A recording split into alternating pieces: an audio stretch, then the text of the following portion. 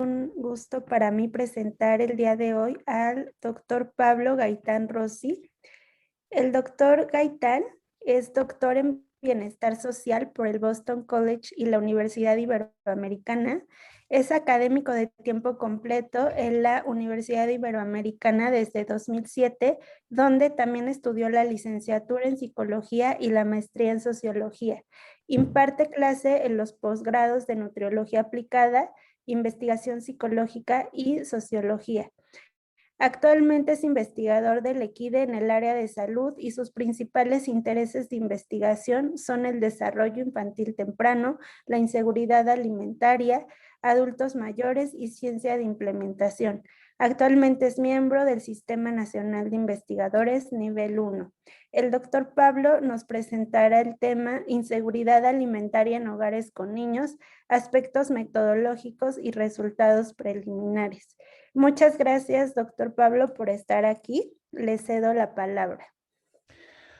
Hola, muy buenas tardes a todos y a todas. Quisiera empezar por unirme a las felicitaciones, principalmente a Mónica por su liderazgo en lanzar el observatorio. Todavía recuerdo hace pues, ya muchos meses, más de un año de estar en salas de junta, pegando post-its y planeando cómo iba a ser el observatorio. Entonces creo que es un día de celebrar que todo ese proyecto está llegando a concretarse. Y hago extensiva también mi felicitación a todo el equipo de investigadores que cada uno desde su trinchera están consiguiendo o estamos consiguiendo congregar en un mismo espacio información muy valiosa y muy única para poder focalizar muchos de los problemas que aquejan a la primera infancia. Eh, por mi parte, hoy quiero platicar de la inseguridad alimentaria como uno de los factores persistentes de mala nutrición infantil. El objetivo de la presentación que haré el día de hoy es contarles un poco qué es la inseguridad alimentaria, algunas de sus causas y de sus consecuencias, y quisiera hacer un zoom o enfatizar la parte de por qué es importante centrarnos y focalizar la medición de la inseguridad alimentaria en la primera infancia. Y con esto, el segundo objetivo de la presentación es como mostrar distintas maneras en que se puede manejar la inseguridad alimentaria. ¿Qué es lo que estamos recomendando que se incluya en el observatorio materno-infantil de la inseguridad alimentaria? Así que sin más, déjenme empezar por hablar de algunas de las definiciones, determinantes y consecuencias de la inseguridad alimentaria. Es decir, cuál es este conjunto de conocimiento y de literatura académica que tenemos sobre la inseguridad alimentaria. Lo primero es presentar esta definición de seguridad que implica acceso físico, social y económico a alimentos suficientes, seguros y nutritivos para cumplir con las necesidades nutricionales y las preferencias alimentarias llevar una vida activa y saludable. Esta es una definición que nos presenta FAO, es una definición amplia, ambiciosa, que nos habla de cómo la seguridad alimentaria va mucho más allá del hambre, sino que implica el tener un acceso continuo, ¿no? En particular, nos habla de que implica tener disponibilidad de alimentos, tener un acceso a esos alimentos, el usarlo para el desarrollo de las personas y que este acceso a los alimentos sea constante. Entonces, muchas veces nosotros utilizamos el anverso de esta definición que implica la inseguridad alimentaria. Esto es, cuando existe una limitada o incierta capacidad para adquirir alimentos nutricionalmente adecuados y seguros de una manera socialmente aceptable. Esto no, vemos que enfatiza la parte del acceso. Puede ser que haya alimentos en un mercado, pero hay hogares que no pueden acceder a esos alimentos incluso cuando están disponibles. Es decir, hay distintas barreras que impiden el adquirirlos de forma, alimentos de calidad que sean nutricionalmente adecuados y seguros. El indicador de inseguridad alimentaria es un indicador que se utiliza en muchos lugares y de manera prominente en todo el mundo. Quisiera destacar que es uno de los indicadores principales del segundo objetivo de los objetivos del desarrollo sostenible, en particular el que se refiere a cero hambre. Ahora, una de las cualidades del indicador de inseguridad alimentaria es que solemos clasificarlo en distintos niveles. Es decir, entendemos la inseguridad alimentaria como un proceso que se va agravando, que es un proceso secuencial en donde va empeorando y vamos avanzando a estadios más severos de la inseguridad alimentaria. Ya vimos lo que implicaba ser seguro alimentario. Sin embargo, cuando entramos en este proceso de inseguridad alimentaria, empezamos por una etapa leve, en donde la cual se caracteriza por presentar preocupación por los alimentos. Hay una ansiedad en general en los hogares de si van a ser capaces de tener la posibilidad de adquirir estos alimentos. Es decir, no están seguros de qué va a pasar el día de mañana. Y aquí es donde ya arranca el periodo de inseguridad, el proceso de inseguridad alimentaria. Una segunda fase, hablamos ya de inseguridad alimentaria moderada. En esta etapa nos referimos a cuando los hogares empiezan a entrar en distintas estrategias para cuidar los alimentos. Y una de las primeras es reducir la calidad de los alimentos. Es decir, están sacrificando calidad para poder tener alimentos dentro de todo el hogar.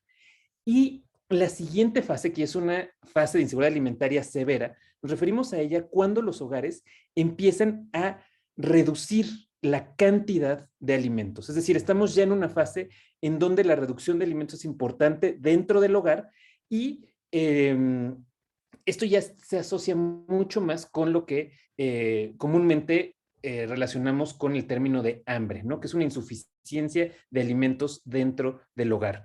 También es interesante que hogares con niños y con menores de 18 años o sin menores de 18 años, pasan por estas fases de manera distinta. Sobre todo, se ha visto que en los hogares en donde hay menores de 18 años, primero se busca darles alimentos a los niños menores de 18 años y son los adultos los que entran en estas fases. Es decir, no todos los miembros del hogar atraviesan estas fases simultáneamente.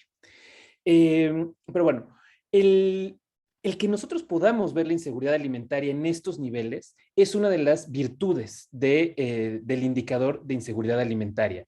Yo la presentación de hoy me voy a basar fuertemente en el estudio que aparece aquí abajo, que es un estudio realizado con el doctor Pérez Escamilla y la doctora Vilar Comte, quienes son las personas que no solo me introdujeron al tema de inseguridad alimentaria, sino que son coautores con los que hemos realizado muchos estudios sobre el tema. Y en particular, en este artículo, lo que se destaca es la importancia de usar estos niveles, ¿no? Se ha visto que la inseguridad alimentaria tiene distintas consecuencias según el nivel en el que están los hogares y también hay muchos fenómenos que se asocian en una relación de dosis-respuesta a partir de estos niveles de inseguridad alimentaria, ¿no? Y por eso es que es importante subrayar a qué se refiere cada uno de ellos.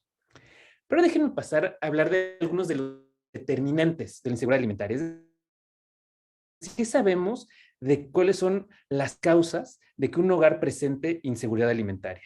La primera es que sabemos que es muy dependiente del tipo de sistema alimentario y por esto nos referimos a una organización que facilita la disponibilidad de unos alimentos y pone barreras para otro tipo de alimentos. Uno de esas barreras más destacadas es cuando hay variaciones en precios de alimentos. Hemos visto que cuando los alimentos suben de precio, la inseguridad alimentaria aumenta, ¿no? Por ejemplo, ahora estamos viendo pequeños aumentos de precio relacionados con la inflación y estos son los indicadores que nos preocupan porque pueden ir anunciando un aumento en la inseguridad alimentaria. Otro de los factores fuertemente asociados con la inseguridad alimentaria que a veces se deja de lado es que la falta de acceso al alimento no es solamente alimento, sino que también es agua, ¿no? Entonces son fenómenos que están correlacionados y que se van explicando mutuamente. Y adicionalmente también hemos visto que el cambio climático, ¿no? Sobre todo por el lado de las sequías y cómo afecta a los sistemas alimentarios, también está siendo cada vez de manera más importante una de las causas que ayuda a explicar aumentos en la inseguridad alimentaria. Ahora, dentro de los determinantes sociales y económicos de la inseguridad alimentaria, uno de los principales es la pobreza. Sabemos que hogares que viven en condiciones de pobreza es mucho más probable que presenten inseguridad alimentaria y de hecho en México la inseguridad alimentaria es una de las dimensiones con las cuales se mide de forma oficial la pobreza multidimensional. Está asociada a la carencia alimentaria. Entonces hay una relación estrecha entre pobreza e inseguridad alimentaria. También se ha visto que la baja protección social se asocia con altos niveles de inseguridad alimentaria.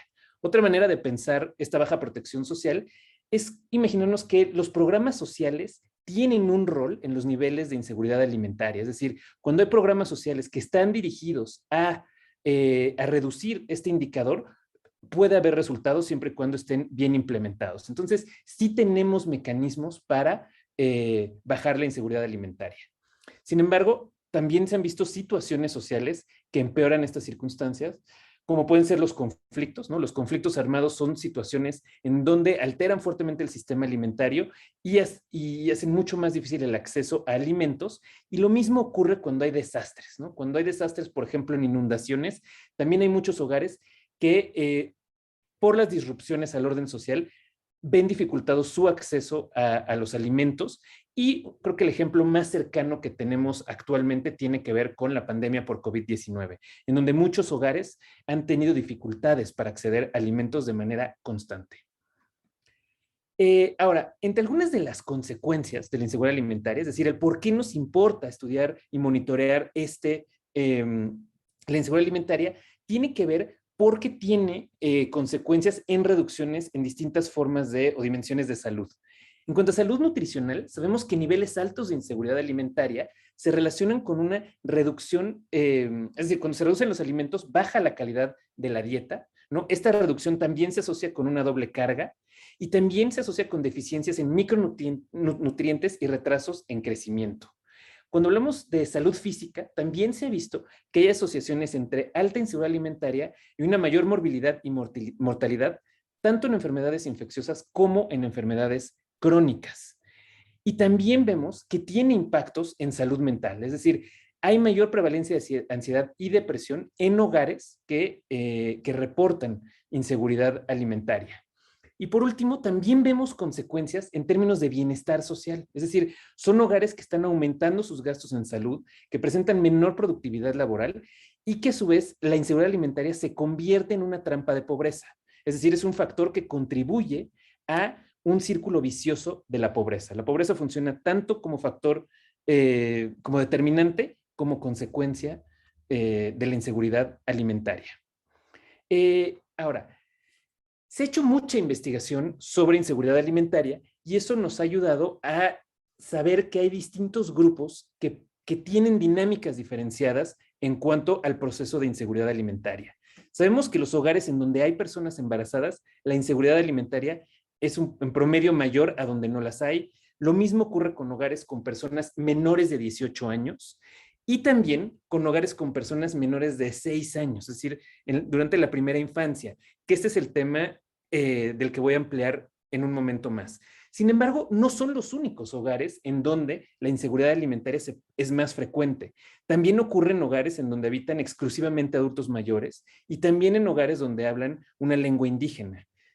Lo mismo hogares en condiciones de pobreza, la inseguridad alimentaria es mayor, y también hogares en donde se vive una especie de shock externo, un ejemplo de ello sería el perder el empleo, ¿no? En hogares donde uno de los miembros pierde el empleo, eso se vuelve en un factor de riesgo para mayores niveles de inseguridad alimentaria. Ahora, déjenme mostrarles unos datos recientes que evidencian cuál es la relación entre pobreza e inseguridad alimentaria en menores de 6 años en México. Estos son datos que presentó el Pacto por la Primera Infancia a partir de la reciente publicación de las cifras de pobreza correspondientes al 2020. Vean la gráfica que está arriba a la derecha. Estamos viendo los niveles del porcentaje de pobreza en toda la población. En la gráfica, o sea, en la barra negra vemos la pobreza en toda la población, que es de 43.9. Pero cuando vemos cómo es en la población de menor a 18 años, vemos que aumenta a 52.6 y que esto es aún mayor en hogares con niños menores de 6 años. Entonces vemos un gradiente en donde la pobreza es mayor en estos hogares de primera infancia. El mismo gradiente se observa cuando focalizamos en hogares que están en pobreza extrema. Cuando es la población en general es 8.5, en población menor de 18 años aumenta a 10.6, pero en primera infancia afecta a 11.8. Esto mismo lo vemos cuando, en lugar de ver la población en general, nos concentramos en la carencia alimentaria, que es el indicador vinculado con la inseguridad alimentaria. Cuando es la población en general, el porcentaje con carencia alimentaria es de 22.5, pero aumenta a 24.4 cuando se focaliza en hogares donde hay menores de 6 años. En sí mismo, estos datos ya nos hablan de la importancia de hacer un seguimiento puntual y focalizado en hogares con menores de 6 años. Ahora, déjenme, siguiendo esta misma lógica, mostrar algunas de las consecuencias particulares en relación con la malnutrición infantil, es decir, cómo afecta la inseguridad alimentaria a los menores de 6 años. Entonces, tenemos investigación que nos muestra, sobre todo un metaanálisis muy interesante, que la inseguridad alimentaria aumenta el riesgo de anemia en niños y en sus madres. En México, sabemos que la baja talla es más común en niños que viven en hogares que reportan inseguridad alimentaria moderada y severa. Más aún, la inseguridad alimentaria severa se asocia con doble carga de malnutrición y también hemos visto que la inseguridad alimentaria está relacionada con incrementos en la obesidad infantil y estos son resultados que se han visto inclusive cuando se hacen estudios longitudinales siguiendo a los mismos hogares. Estas consecuencias también las vemos en términos de desarrollo infantil, es decir, no se queda nada más en la parte de nutricional y de salud física, sino que en desarrollo infantil vemos también un metaanálisis que hogares con inseguridad alimentaria tienen mayor riesgo de presentar retrasos en desarrollo infantil temprano en menores de 5 años. Esto se observa en que tienen un menor desarrollo cognitivo, tanto en ámbitos de vocabulario como de matemáticas, y esto también se relaciona con un menor rendimiento escolar. Y como les mencionaba antes, los niveles de inseguridad alimentaria se van vinculando en una asociación de dosis-respuesta con depresión materna y con menor desarrollo socioemocional de los niños. Entonces, vemos cómo tiene impactos específicos la inseguridad alimentaria en los hogares con menores de 6 años, y esto de nuevo vuelve a ser algunas de las razones que invitan o que sugieren que debe de estar este indicador en un observatorio como el OMI. Ahora, déjenme entrar un poquito como a lo que hay detrás de estos números, de cuando medimos inseguridad alimentaria, qué es lo que estamos haciendo, cuáles son las opciones que tenemos y cuáles considero que pueden ser las más recomendables para un instrumento como el OMI.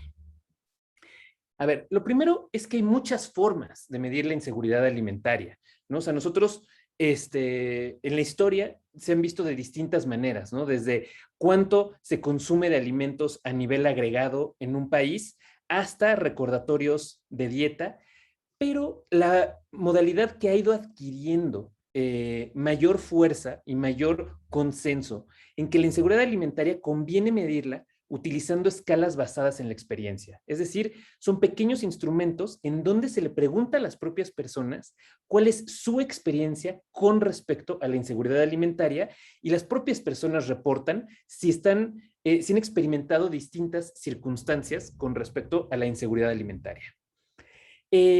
Una de las escalas pioneras de las escalas de inseguridad alimentaria basadas en experiencia es la ELCSA, que es la escala latinoamericana y caribeña de seguridad alimentaria. Esta es una escala con una larga tradición de haberse probado en distintos lugares de Latinoamérica, como México, en Colombia, en Brasil es la EVIA, que es como la escala hermana de la ELCSA, y esta es una escala que tiene 15 ítems que buscan conocer la experiencia de inseguridad alimentaria, primero en hogares y después en niños, se mide a nivel hogar y utiliza como marco temporal en los últimos 3 meses. Esta es la escala que se ha incluido en encuestas poblacionales importantes en México, muy destacadamente la ENSANUT y la ENIG, ¿no? Incluyen estos 15 ítems de la ELCSA. Ahora, hace un momento les mencionaba que la inseguridad alimentaria se utiliza para hacer la medición de la pobreza. Sin embargo, la medición de la pobreza que reporta Coneval utilizan una versión más corta de la ELCSA que llaman EMSA, que es la escala mexicana de seguridad alimentaria, en donde es igual a la ELCSA, pero quitan algunos de los ítems de la ELCSA, que son los de preocupación y de alimentación saludable. Pero por todo lo demás es igual, y esta es la que reportan las mediciones de pobreza. Entonces, la decisión entre si usar la ELCSA o si usar la EMSA tiene que ver con la audiencia, de a quién se le presenta. Si nosotros queremos compararnos, por ejemplo, con las mediciones de la ENSANUT, conviene usar la ELXA, pero si queremos dialogar con las mediciones de pobreza, implicaría movernos a monitorear la EMSA. Recientemente, FAO ha estado impulsando una versión más corta de estas escalas basadas en experiencia que llama FIES, Food Security Experience Scale, por sus términos en inglés. Y es interesante porque toma los primeros 8 ítems que se incluyen en la ELXA. Son los mismos ítems, pero son únicamente los que están dirigidos a adultos. Es decir, excluye los ítems donde en lugar de preguntar a adultos, preguntan por la misma experiencia, pero en niños. Y este es el indicador que está reportando FAO y que ha hecho un esfuerzo importante por armonizar la medición a nivel global. Entonces, si nosotros queremos hacer comparaciones internacionales, nos convendría estar utilizando la FIES, ¿no? Otra de las diferencias que puede haber al utilizar la FIES es que algunas versiones utilizan el individuo, que es lo que está utilizando FAO, pero algunas utilizan la medición a nivel hogar. Y el marco temporal también puede variar. En algunos lugares utilizan 3 meses, igual que en la ELXA, pero en otros lugares utilizan 12 meses como marco temporal. Pero lo que es más característico es que no está haciendo una distinción entre hogares con niños o sin niños. Entonces, una de las primeras preguntas es, ¿qué tanto afecta cuando no sabemos, cuando no se realizan las preguntas específicas para niños? En un momento más les voy a enseñar datos que nos van guiando hacia esta respuesta. Pero antes de ello, quisiera mostrarles la escala, porque muchas veces solo nos quedamos en mirar estas prevalencias generales y no conocemos la escala. Entonces, ven la primera pregunta, no me voy a detener demasiado aquí, pero pregunta en los últimos 3 meses. Eso es a lo que me refiero con el marco temporal. Esta estructura se repite en los primeros 8 ítems y después, en todos los casos, especifica que estamos buscando comportamientos asociados a la falta de dinero u otros recursos, ¿no? Es decir, aquí está enfatizado el acceso, ¿no? Es por falta de dinero u otros recursos, usted se preocupó de que los alimentos se acabaran en su hogar. Entonces, de nuevo, está a nivel hogar y aquí el ítem que están preguntando es preocupación de que los alimentos se acaben en el hogar. Esta misma estructura de las preguntas se va repitiendo en todas y todas tienen opciones de respuesta dicotómicas. Es decir, la persona responde sí o no.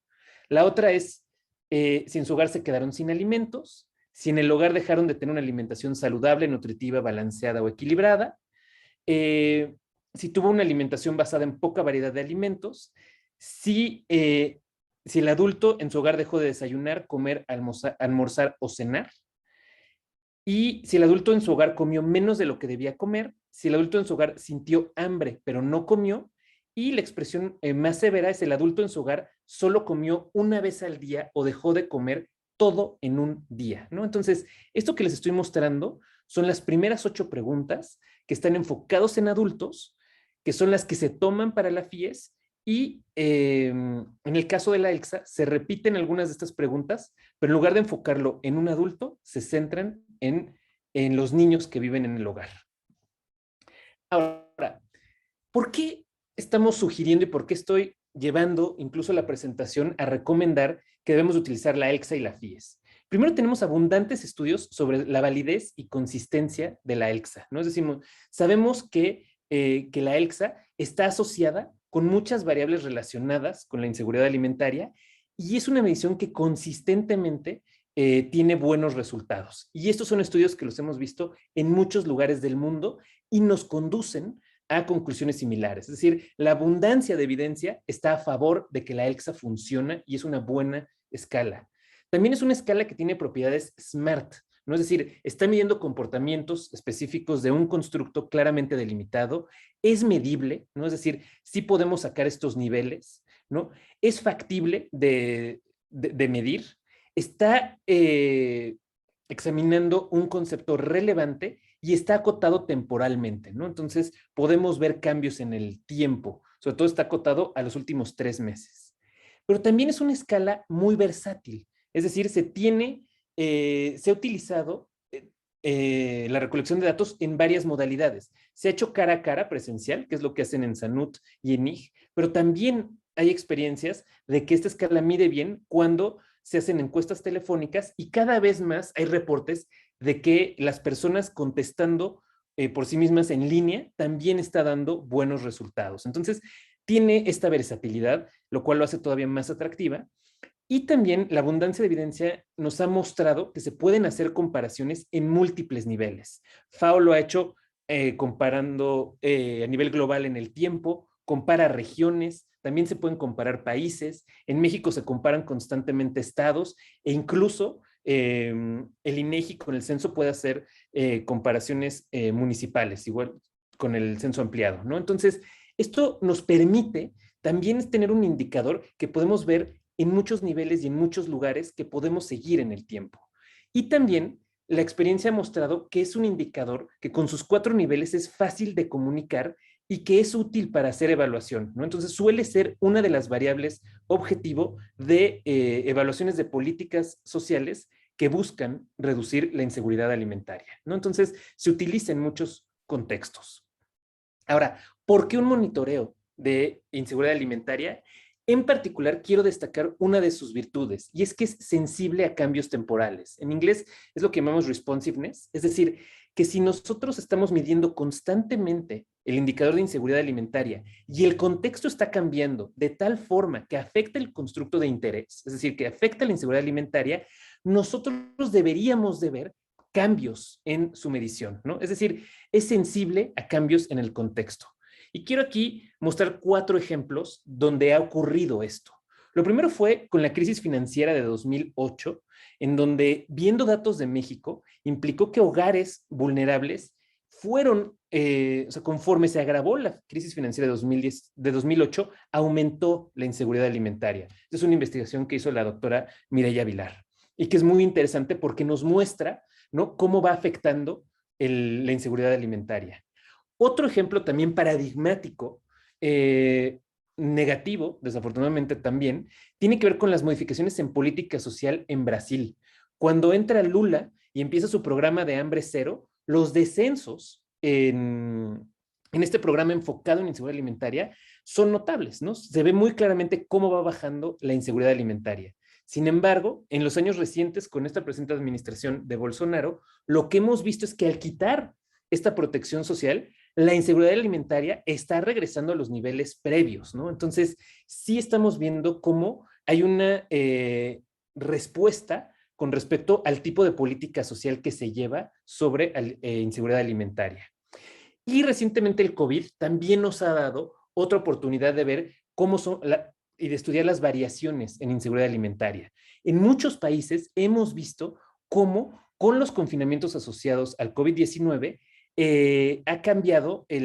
ha aumentado la inseguridad alimentaria, pero también hemos visto que estos aumentos no son monotónicos, sino que van afectando más a ciertos grupos poblacionales. Y entre ellos quiero destacar el de los hogares con menores de 18 años. Estos son de los primeros grupos poblacionales que se ven afectados eh, con distintos shocks como lo ha sido la pandemia por COVID. En particular, quiero mostrarles algo del trabajo que hemos hecho en el Equide durante la pandemia y que muestra qué tan sensible es a cambios en el contexto. Lo que estamos mirando son los resultados de la medición de inseguridad alimentaria, sobre todo de la seguridad alimentaria, utilizando la FIES. Y aquí estamos viendo resultados de encuestas transversales repetidas, ¿no? Es decir, en abril nosotros hicimos una medición con una muestra representativa de México, en mayo hicimos otra medición transversal, otra en junio, julio, agosto, octubre, diciembre y recientemente en marzo de 2021. Entonces, lo que nosotros fuimos encontrando con este estudio es que primero en el confinamiento ya hubo un descenso en la seguridad alimentaria cuando nos comparamos con la Ensanut 2018, ¿no? Entonces, este es un descenso ya importante, pero estamos usando una metodología distinta, ¿no? En COVID de lo que utiliza el Ensanut y claramente la muestra es mucho menor.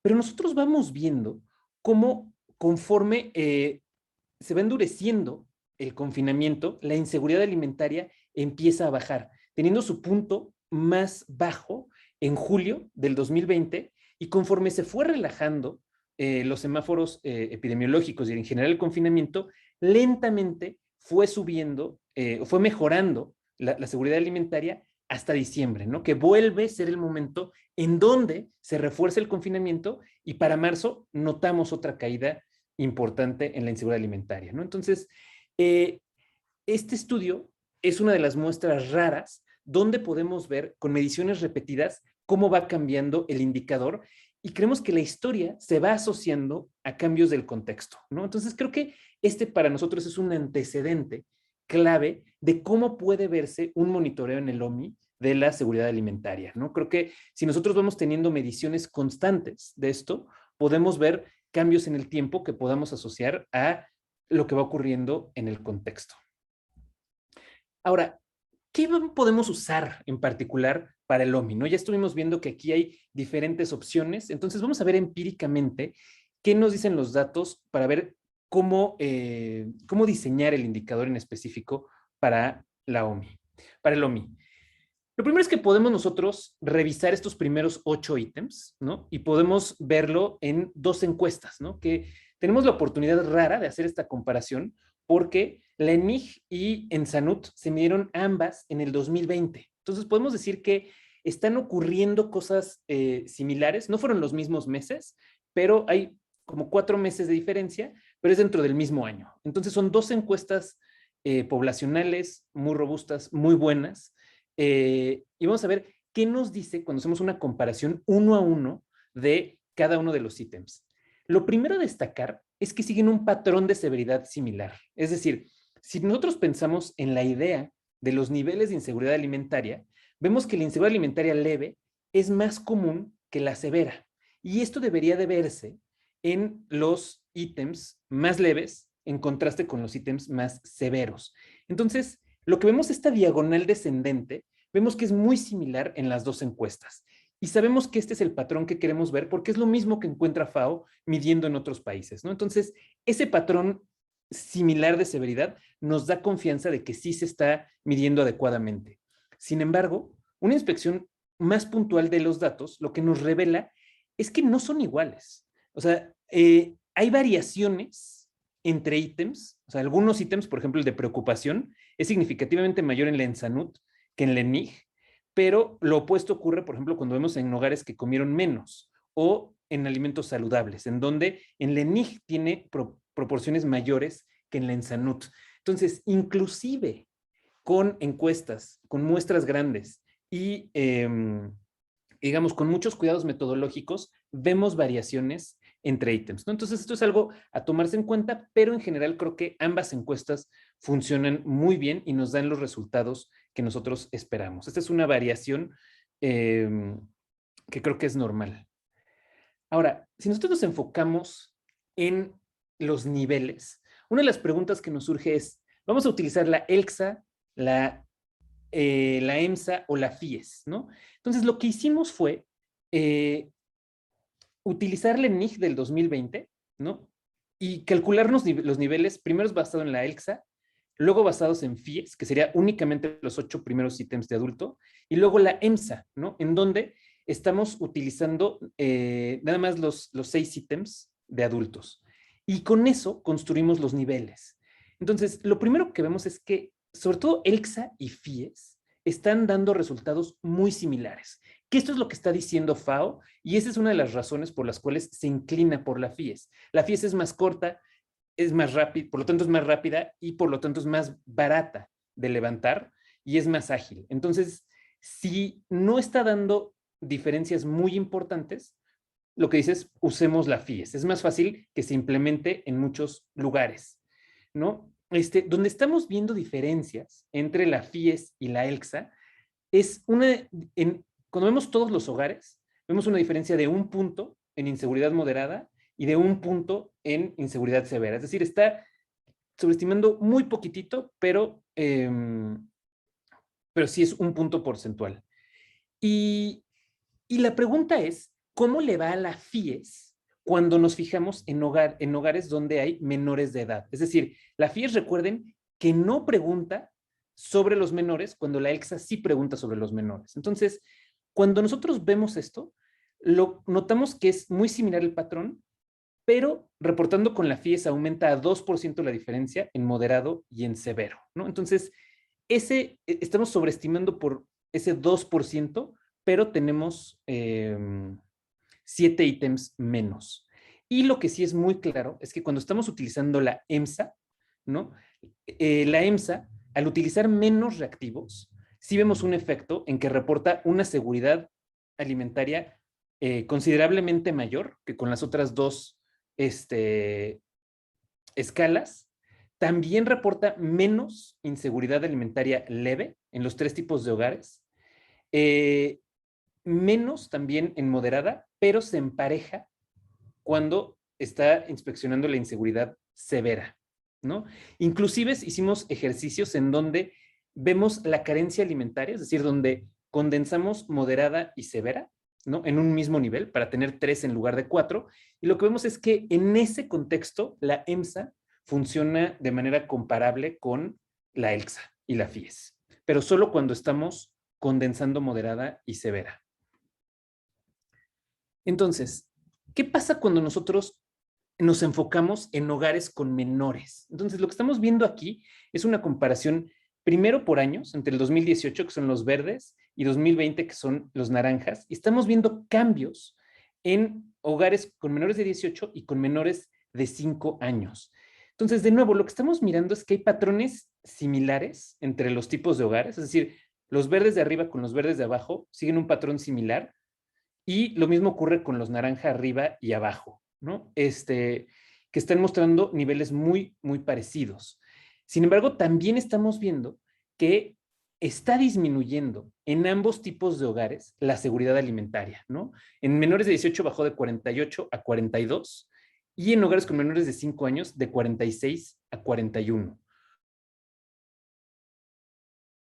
Viendo los aumentos es principalmente en la inseguridad leve, que estos son aumentos que de nuevo perdemos en la medición de la pobreza porque solo se enfoca en moderada y en severa, ¿no? Pero bueno, lo que nos dice es que sí estamos viendo cambios cuando enfatizamos o enfocamos en distintos tipos de hogares.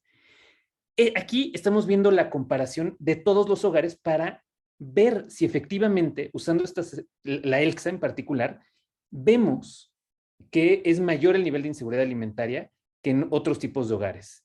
Aquí las columnas verdes son todos los hogares juntos. Las naranjas nos estamos enfocando únicamente en los hogares con adultos, donde solo hay adultos. Estas azules, lo que vemos son hogares donde hay menores de 18 años y estas moradas del final son hogares donde hay menores de 6 años, perdón, aquí. Entonces, lo que vemos es que la seguridad alimentaria, la diferencia entre todos los hogares y hogares solo con adultos, al compararlo con hogares con menores, es importante. Esta brecha es importante y a su vez, de nuevo, justifica el que hagamos un seguimiento de los hogares con menor seguridad alimentaria. Los aumentos los estamos viendo tanto en inseguridad leve como en inseguridad moderada, pero no los estamos viendo en inseguridad severa, ¿no? Entonces, de nuevo vuelve a ser importante hacer este seguimiento basado en los niveles, porque los cambios no son monotónicos, ¿no? Puede afectarse un nivel, pero no otro, y en algunos presentar estabilidad, pero no es lo mismo que está ocurriendo en otros, ¿no? Y aquí lo que vemos también consistentemente es que en estos últimos años no hemos visto diferencias importantes entre menores de 18 años y hogares con menores de 6 años, ¿no? Lo cual no significa que esta no diferencia se sostenga en el tiempo, ¿no? Creo que igual habrá que irlo monitoreando para ver si se mantienen constantemente iguales. Y bueno, para terminar, déjenme dar algunas conclusiones. La primera es que la inseguridad alimentaria tiene una dinámica diferente en hogares con menores de edad, ¿no? Lo hemos visto, la literatura nos lo sugiere que hay consecuencias específicas y lo estamos viendo empíricamente que tienen prevalencias diferentes. Las consecuencias específicas en hogares de menores de 6 años se asocian a una mala nutrición infantil Y tenemos que enfatizar que este es un periodo sensible, que eso es algo que se dijo ya y sobre todo se dijo en la mesa anterior. Entonces, por eso amerita también hacer un seguimiento en este tipo de hogares. Y nosotros creemos que las variaciones en inseguridad alimentaria se observan si nosotros nos enfocamos en hogares en conjunto, en hogares con menores de 18 años y en hogares con menores de 6 años. Estos son el grupo de hogares que creemos que es el más adecuado para el observatorio. Y por último, en términos de recomendaciones más puntuales para el observatorio, creemos que hay pocas diferencias entre la NIJ y la ENSANUT, que no es una decisión que sea muy consecuente. Entonces, por lo tanto, recomendamos la que se mida con mayor frecuencia. Hoy por hoy ha sido la ENIJ, que se mide cada 2 años, pero si la ENSANUT se convierte en una encuesta anual, creo que sería la mejor opción para alimentar el observatorio, porque tiene una metodología de primera, tiene la escala completa de la ELSA y se va a recolectar de manera constante.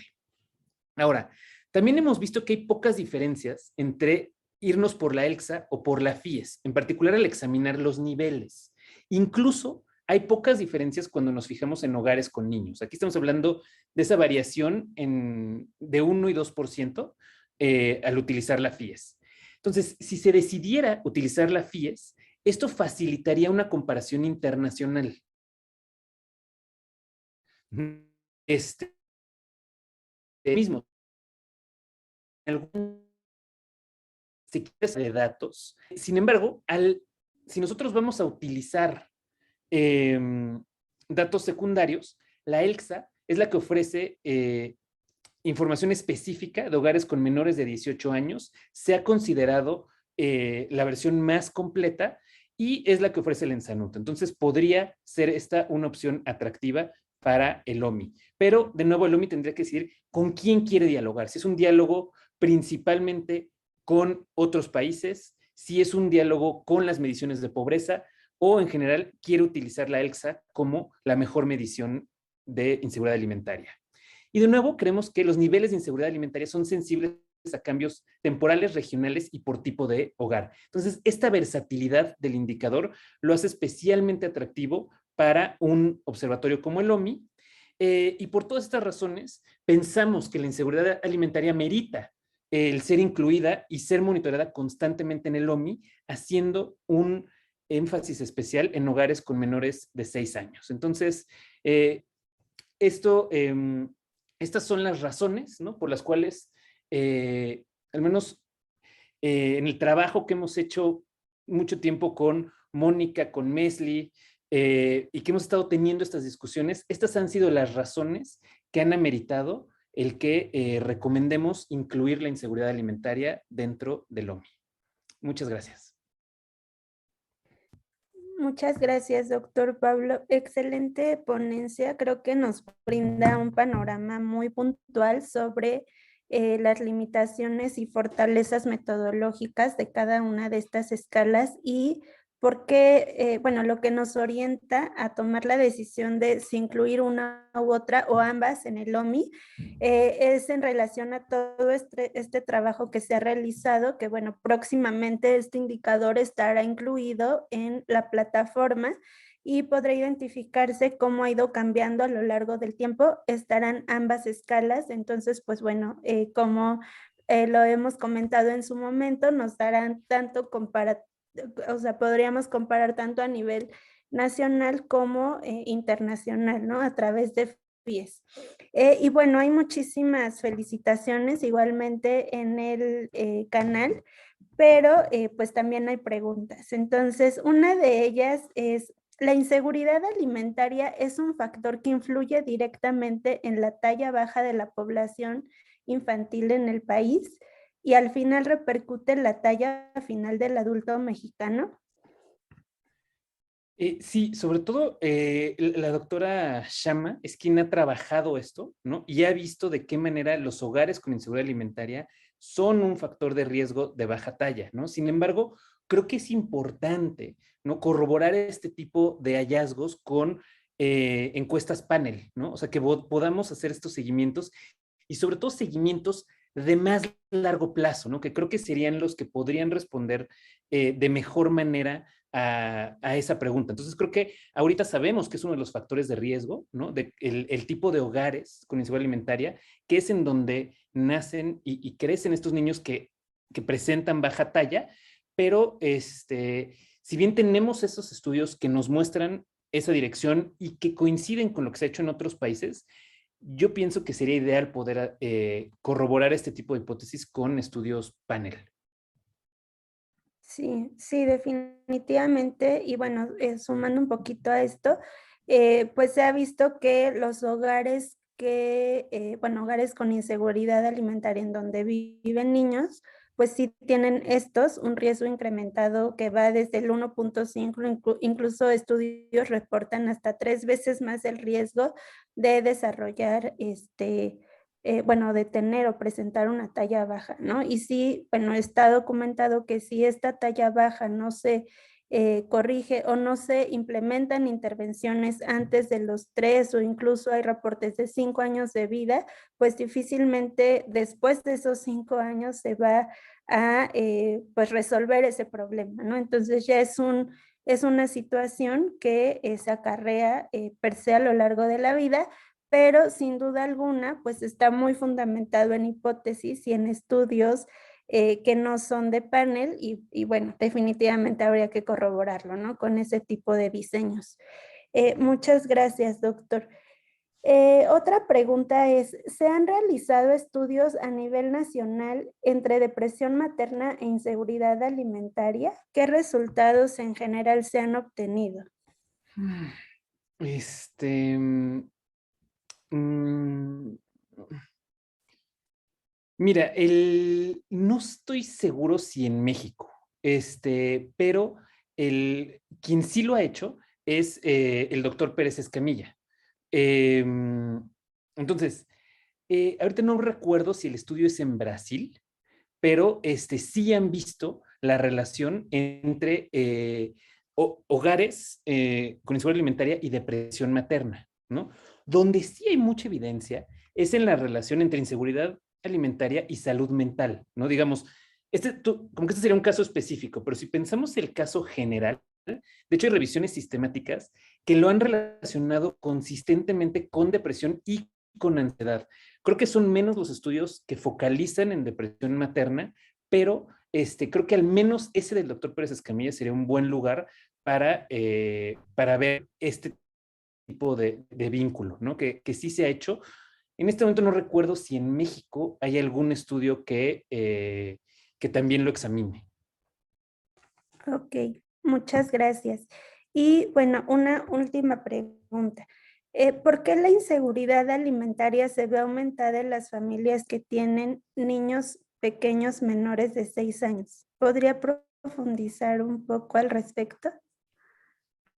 Ay, ese es creo que esta es de las preguntas Sí. como grandes, ¿no? Y que creo que amerita en sí mismo una línea de investigación de todo lo que pasa con los hogares con menores de 6 años. Pero, por ejemplo, lo primero que me viene a la mente es todo lo que hemos visto con la pandemia, ¿no? O sea, que hemos visto que son hogares, ¿no? Que tienen necesidades especiales porque tienen necesidades de cuidados a los niños que son diferentes a los de hogares donde los niños son mayores, ¿no? Entonces, estas necesidades de cuidado que tienen una interacción con las necesidades de cuidados también de, por ejemplo, adultos mayores o incluso de trabajo doméstico, lo que hemos visto es que son hogares donde sobre todo las mujeres a veces salen del mercado de trabajo, lo cual puede ir disminuyendo la cantidad de ingresos que tienen ahí, ¿no? Entonces, estas variaciones que implican en la organización interna de los hogares, creo que son una de las explicaciones como importantes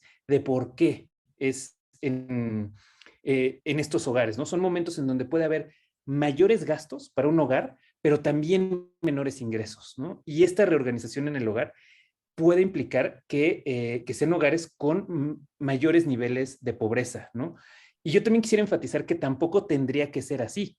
Digamos, políticas sociales que estuvieran enfocados en estos hogares, ¿no? Y que estuvieran enfocados en complementar estas faltas de ingreso cuando algún miembro del hogar tiene que salir del mercado laboral, que casi siempre son las mujeres, este tipo de apoyos pueden aminorar este efecto, y lo que se buscaría sería que no hubiera estas brechas en hogares con menores de 6 años, ¿no? Y justamente creo que el monitorearlo, ¿no? Lo que nos ayuda es ver qué tan bien estamos haciendo poblacionalmente el trabajo de disminuir esa brecha.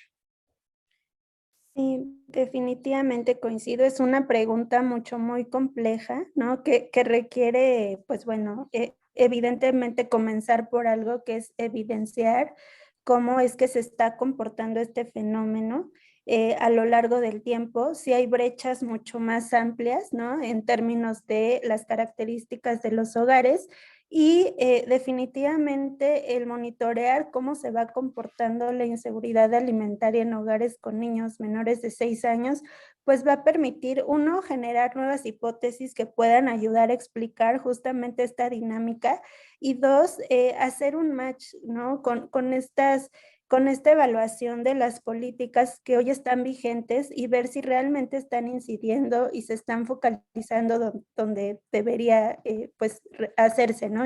Implementarse.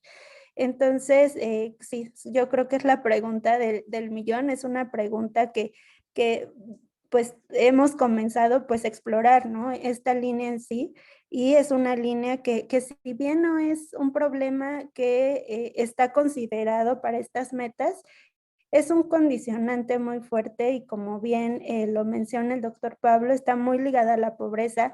La pobreza per se es un condicionante, pero también es una consecuencia. Entonces, pues bueno, son muchos factores los que están influyendo. Es una eh, pregunta muy interesante que definitivamente está en la agenda del OMI y por eso mismo, pues también, y haciendo el comercial, pues mañana en el conversatorio 3 se va a explorar un poquito más acerca de estos temas. El conversatorio 3 se llama la situación alimentaria como condicionante de la doble carga de la mala nutrición en México y sin duda alguna, pues una variable muy importante es la inseguridad, ¿no? Además de la pobreza alimentaria, pero bueno, sienta muy bien las bases, doctor, su ponencia, pues para entrar de lleno a esa discusión. Y definitivamente, pues para poder visualizar estos datos que ya se han trabajado en la plataforma de LOMI. Muchas gracias por su participación y bueno, a través de este medio le hago llegar su constancia de participación. Le agradecemos pues la colaboración que ha tenido en el observatorio y pues también que nos haya compartido esta ponencia en el marco del lanzamiento del Observatorio Materno Infantil. Muchas gracias. Gracias y felicidades.